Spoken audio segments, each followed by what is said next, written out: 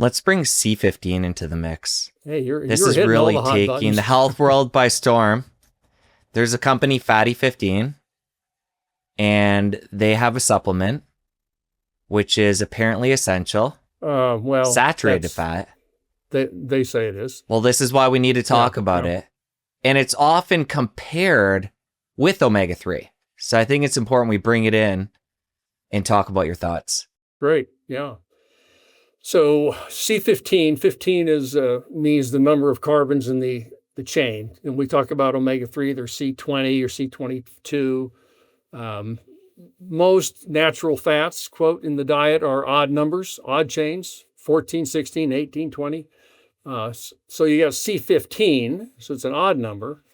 That we can trace its origin. Typically, most of that in our diets comes from dairy products, because dairy fat is made, of course, in the udder of a cow. And there are enzymes and particularly processes in the udder of the cow that will make what we'll call odd chain fatty acids. And that gets incorporated in milk and then cheese and butter and all that. So C15, it's C15 colon 0, 15O, meaning no double bonds, meaning a saturated fat. Like palmitic acid is a 16O saturated fat. These are the ones that typically raise cholesterol. Well, there's small amounts of 15O in our diet now, if we eat dairy, particularly. A veterinarian, Dr. Ben Watson, has made some discoveries. First of all, in dolphins, has come to the conclusion that a low level of C15 in the diet has lots of bad health consequences. And I've talked about this before. And has been now defined as an essential fatty acid, and is now being called a longevity nutrient. And I personally think that the marketing is far outpaced the science here. There is very little human data on C15. Certainly supplementing with C15, which has been done. And the one study that I'm aware of that's given C15 in the doses recommended by the manufacturer had the unfortunate outcome of half the people that got the C15 didn't even see an increase in blood C15 levels, which is kind of surprising that with omega-3, you always see an increase. So half of them didn't even see an increase, and the half that did really didn't get any significant metabolic health effects from it. And that's pretty much the extent of the supplementation data. There's some observational studies. We've done studies with it in the past, looking at C15 as a marker of dairy intake. And we've seen that higher levels of C15 in the blood and C17, which is a similar fatty acid, were linked with lower risk for diabetes. But that doesn't mean the C15 is doing that. It just means that the C15 is a marker of dairy intake, and something about dairy is doing that. So we can't draw cause and effect lines between what we observe in blood studies and disease outcomes, because those are only associations. They can't be considered causations. So I think the evidence is really thin. I mean, the promoters of C15 have also done studies where they put C15 on different cells in culture, different cell types, and put omega-3 in. They get these different readouts of different molecules that are made, and they extrapolate that to the whole of the human body, to all of human health. And I think that's just an inappropriate extrapolation. You can't, until you do the studies in humans to show that there is a actual need for C15 that cannot be met, and that actually serves. You don't call something an essential nutrient if you can leave it out of the diet and you don't die. I mean, that's what essential means. It may be conditionally helpful nutrient. It may be bioactive nutrient. That's possible. But to call it, I can't even call EPA and DHA essential nutrients, because you don't have to eat them to live. I mean, you look at vegan or vegetarian societies that don't eat any EPA and DHA, and they live. Indians, East Indians. So EPA and DHA are not essential.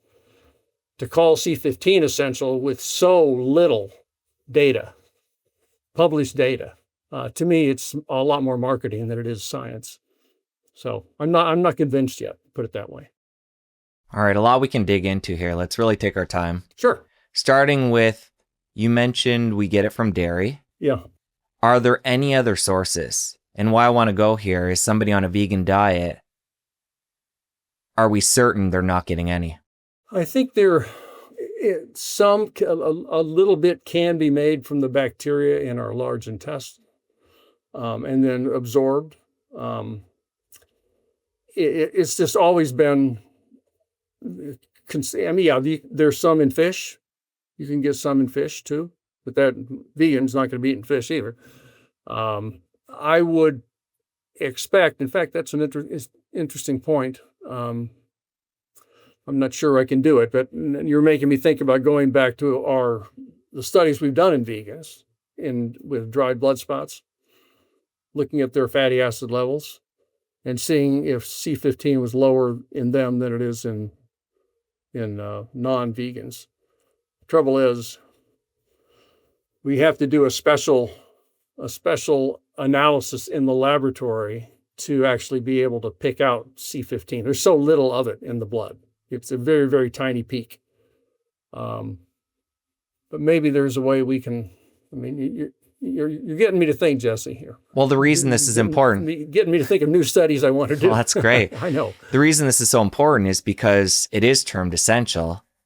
If bacteria can make it in the body or we can get it from a plant source, well, actually the latter could still be essential. Well, but if we're making it in the body, basically I just want to look at the claims here and see if there is any validity of it being essential. You're making it sound like no, but I'm just trying to dig in at some of the nuance here and see if they have any ground to stand on. Yeah, and again, what's the classic thing you would do to prove a vitamin C is essential? Let's just back up to something real simple. You would take a rat. You can't really do this in humans. You shouldn't do this in humans. You make a diet for the rat. You give it every vitamin known to man, plus fat and carbohydrate, etc., and you keep all the vitamin C out. Well, rat's not a good one because vitamin C, they make vitamin C. Let's do guinea pigs. Guinea pigs don't make vitamin C, just like us. We can't make it. They can't make it. Give them a otherwise complete diet and make sure there's no C15 in it and see how many generations they keep going. If they keep living and reproducing, then the C15 is not essential. If you add C15 to the diet and it doesn't really improve their reproduction or lifespan or anything, then it's certainly not essential. That's the way you show an essentiality of a nutrient. You give a diet with it and without it, and if you have the diet without it and the thing dies, it was essential. It's pretty simple. Being essential and being bioactive are different things, right? Again, EPA and DHA are great examples. They're bioactive, they're healthy, they're good for you, but they're not essential in the diet. So yeah, whether you can make it in your gut, I don't know how much you can make in your gut and from what substrates you would make it and what role it's playing. And if you didn't make it in your gut and you had 0 levels in your blood, would you be a sick person? I don't think so. But those studies haven't been done. That's what you'd need to do to document a claim of essentiality. One of the interesting findings you brought up is this one study where half the people taking the supplement, they weren't finding any C15 when they were doing an analysis. Well, it didn't go up. Did they discuss in the paper what they thought was happening there, or do you have any thoughts? I don't know what's happening there. because there's always a little bit in the blood. Again, we'll see it. It's a very, very small peak in a chromatogram, which is what we use to measure fatty acids. And I'm sure the people, I have to look at the paper again, I'm sure there's some level at baseline at the beginning of the study of C15 there. And the point in the study was when they gave the 200 milligrams, it didn't increase. So it's not like it wasn't there at all. Why didn't it increase? I don't know. I don't really have any good explanation for it. But it's disappointing that you would think that the recommended dose would at least raise blood levels. And if it doesn't do it in half the people tested, that's, well, I'm not sure I'd buy it. One of the problems I see with the marketing is this comparison, and it's not necessarily direct, but they're alluding to this comparison between omega-3 and Fatty15. And on the website, you can see this comparison between the two of them. And underneath it, it even says Fatty15 has this distinct advantage. So again, it's close. It's not necessarily saying this is better, take this instead, but people may interpret it that way. That's exactly the way it's intended to be interpreted. So I see that being troublesome, where somebody thinking that this is better and say they only have a certain amount of money, they only want to take a certain amount of supplements, and they decide to offer Fatty15 versus a heavily researched supplement like omega-3s. I think that's a problem too. I mean, that's not why I'm kind of down on C15. I'm down because I just don't see the evidence for it. I think the way they came up with this comparison with omega-3 and C15 is not from human studies or even animal studies. It's from cells in culture. When you sprinkle these fatty acids on the cells and they respond in a certain way. I'm not even sure they're sprinkling on cells in a physiologically relevant way. I mean, I don't trust those data as meaning anything. It can't be really extrapolated out to human health. And the average reader doesn't know that. The average consumer doesn't realize that you can't just take the result from some cell culture experiment and say, therefore, A, B, and C is good for you. It's just far more complicated than that. And a challenge with all this is people having the ability or the time to go into the science and see what's really happening. Stephanie's actually been on the show before. Mm-hmm. I've taken this supplement before. Mm-hmm. And even somebody who is in this world interviewing the experts, it was very compelling. I know. Yeah, and I'm still confused. I'm not saying I'm still in the mix of learning here and trying to piece it all together. But I feel for people where they're not going to go to the paper.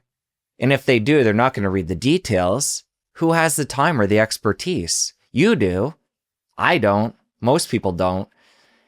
So going on a website or listening to a podcast interview is how a lot of us are going to get our information. Yeah, well, it's a free country, I guess. People can say what they want, and ultimately the truth will come out, I suppose. If indeed C15 proves to not really be what it's cracked up to be, eventually people will stop using it, I would think. I mean, I'm kind of interested in doing some studies myself, using the data that we have just to look and see. I mean, we've got data in two large cohorts, Framingham study and the Women's Health Initiative. And we have C15 levels in the red cells measured in, 8,000 people.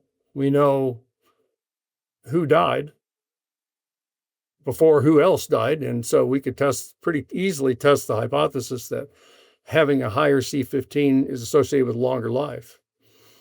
I mean, and if it is, it is. If it's not, it's not. But even if it's not, it's pretty convincing that it's not the longevity nutrient. Number one. if it is associated, it can be this, it doesn't necessarily mean it's C15 that's doing the job. It could be, again, a marker of other nutrients in the diet, like dairy, that may have health benefits. And it's not the C15 that was there. It's just that it's a biomarker of the intake of dairy. So you can't, you have to think through how you interpret the findings of these things. But if I would go into a study like that saying, well, the hypothesis is that this is people with higher levels of C15 are going to live longer, because that's what longevity is, right? And if it turned out we couldn't find any relationship between the people that the highest and the lowest level of C15 had the same lifespan, I would say, well, that hypothesis has not been supported. So one can do with that what they want. Since you made it to the end of this clip, I know you're going to love the full episode. Click here to watch. I'll see you over there. The omega-3 story really started in the 70s with cardiovascular disease. The omega-3s were really shown to do a variety of things. One is they lower levels of one of the blood fats called triglycerides, and lowering levels of that is